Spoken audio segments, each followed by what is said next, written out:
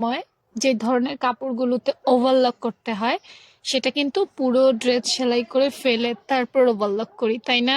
এটাই তো আমরা সবাই জানি সচরাচর।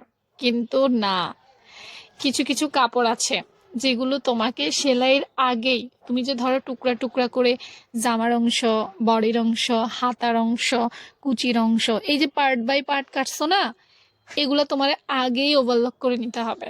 এগুলো যদি তুমি আগে ওভারলক করে না নাও তাহলে এগুলো মেশিনে সেলাই করতে পারবা না। ঠিক আপুর আজকের এই ড্রেসটা হচ্ছে সেম, দেখছো? মানে নিজে নিজে সুতা খুলে যায়, নিজে নিজে শুধু সুতা খুলে যাচ্ছে। এগুলো বোধহয় কাপ্তান কাপড় বা কি, আমি আসলে ওইভাবে কাপড়ের নাম জানি না, তোমরা ভালো বলতে পারবে। তো দেখো আমি প্রত্যেকটা পার্ট বাই পার্ট পুরাটা করে নিচ্ছি। এটা করে নিলে কি হয় জানো, একটু ভেজাল লাগে কিন্তু অনেক সুবিধা।